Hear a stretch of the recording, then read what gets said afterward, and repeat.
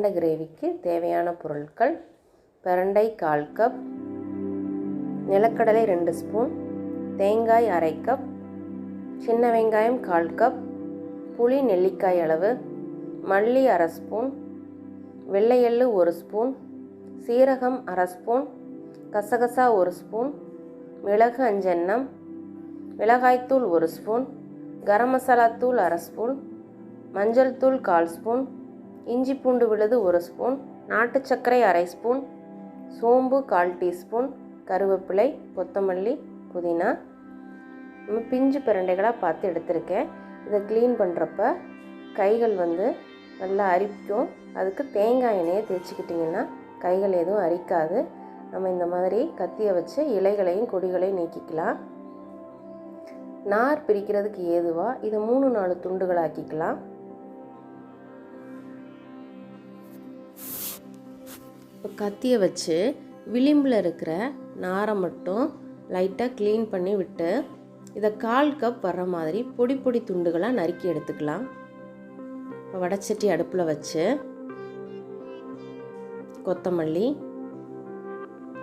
வெள்ளை எள்ளு, கசகசா, சீரகம் எல்லாம் சேர்த்து நல்லா ஃப்ரை பண்ணுவோம். வெள்ளை எள்ளு பொரிஞ்சு வர ஸ்டேஜில் மிளகாய் சேர்த்து இதை ஆற வச்சுருவோம். இப்போ இதில் 2 ஸ்பூன் நல்லெண்ணெய் ஊற்றி நல்லெண்ணெய் நல்லா சூடாகி வர ஸ்டேஜில் நம்ம சின்ன வெங்காயத்தை சேர்த்துக்கலாம். சின்ன வெங்காயத்தை சேர்த்து நல்லா ஃப்ரை பண்ணலாம். சின்ன வெங்காயத்தோட பச்சை ஸ்மெல் போயிடுச்சு. நான் இதை ஒரு பாத்திரத்துக்கு மாற்றி ஆற வச்சுக்கிறேன். இதே எண்ணெயில் பிரண்டை துண்டுகளை சேர்த்துக்கலாம். பிரண்டை துண்டுகள் இந்த எண்ணெயில் நல்லா ஃப்ரை ஆகிடுச்சுன்னா கிரேவியில் அந்த அரிப்புத்தன்மை எதுவுமே இருக்காது. அதனால் இதுலேயே ஒரு 10 நிமிஷம் வரைக்கும் ஃப்ரை ஆகட்டும். இப்போ நம்ம கிரேவிக்கான மசாலாவை அரைச்சி எடுத்துக்கலாம். தேங்காவை பொடி பொடியாக நறுக்கி வச்சுருக்கேன், அதை இதில் சேர்த்துக்கிறேன். நிலக்கடலையை 10 நிமிஷம் ஊற வச்சுருந்தேன், அதை இதில் சேர்த்துக்கிறேன். வறுத்து வச்சுருக்கிற மற்ற ஐட்டம்ஸ் எல்லாத்தையும் இதில் சேர்த்து நல்லா நைஸாக ஓட்டி இந்த மாதிரி பேஸ்டாக்கி எடுத்துக்கிட்டேன். இப்போ நம்ம பிரண்டையோட கலர் சேஞ்ச் ஆயிடுச்சான்னு பார்ப்போம். பிரண்டை நல்லா ஃப்ரை ஆகிடுச்சு. இது ஒரு பாத்திரத்துக்கு மாற்றி எடுத்துக்கிட்டு வடைச்சட்டியில் 2 ஸ்பூன் நல்லெண்ணெய் சேர்த்து எண்ணெய் நல்லா சூடாகி வர ஸ்டேஜில் கடுகு சேர்த்துக்கலாம்.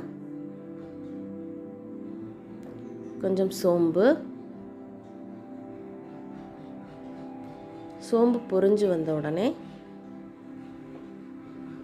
இஞ்சி பூண்டு விழுதுகளை இதில் சேர்த்துக்கலாம். இஞ்சி பூண்டோட பச்சை ஸ்மெல் போகிற வரைக்கும் நல்லா ஃப்ரை பண்ணணும். கொஞ்சம் கருவேப்பிலை சேர்த்து இப்போ நம்ம மசாலா பேஸ்ட் இதில் சேர்த்துக்கலாம்.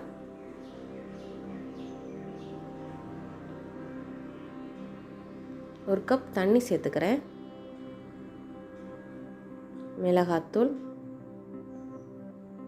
கரம் மசாலா தூள், மஞ்சள் தூள், தேவையான அளவு உப்பு சேர்த்துக்கலாம். இது பெரியவங்க, வயசானவங்க, கை கால் வலி, மூட்டு வலி பிரச்சனையோடு இருக்கிறவங்க இந்த கிரேவியை வாரத்தில் ஒரு முறையாவது செஞ்சு சாப்பிட்டாங்க அப்படின்னா அந்த பிரச்சனைகள் எதுவுமே இருக்காது. இதோட மைப்புத்தன்மையை குறைக்க கொஞ்சம் புளி சேர்த்துக்கலாம். இப்போ இது கொதிஞ்சு வரட்டும். கொதிஞ்சு வர்ற ஸ்டேஜில் நம்ம பிரண்டை துண்டுகளை இதில் சேர்த்து கொதிக்க விடுவோம். கிரேவியோட சுவையை கூட்டுறதுக்காக கொஞ்சம் நாட்டு சர்க்கரையை இதில் சேர்த்துக்கலாம். இப்போ இது கொதிஞ்சு எண்ணெய் லைட்டாக பிரிஞ்சு வந்துருச்சு. நம்ம இதில் அடுப்பை ஆஃப் பண்ணிவிட்டு கொஞ்சம் கொத்தமல்லி இலைகளை இதில் சேர்த்து விடலாம். கொஞ்சம் புதினா இலைகளை சேர்த்துக்கோங்க. இப்போ கிளறி சர்வ் பண்ணலாம். இன்றைக்கி நான் சப்பாத்தி பண்ணியிருக்கேன். அதுக்கு ஒரு நல்ல காம்பினேஷனாக இருக்கும்.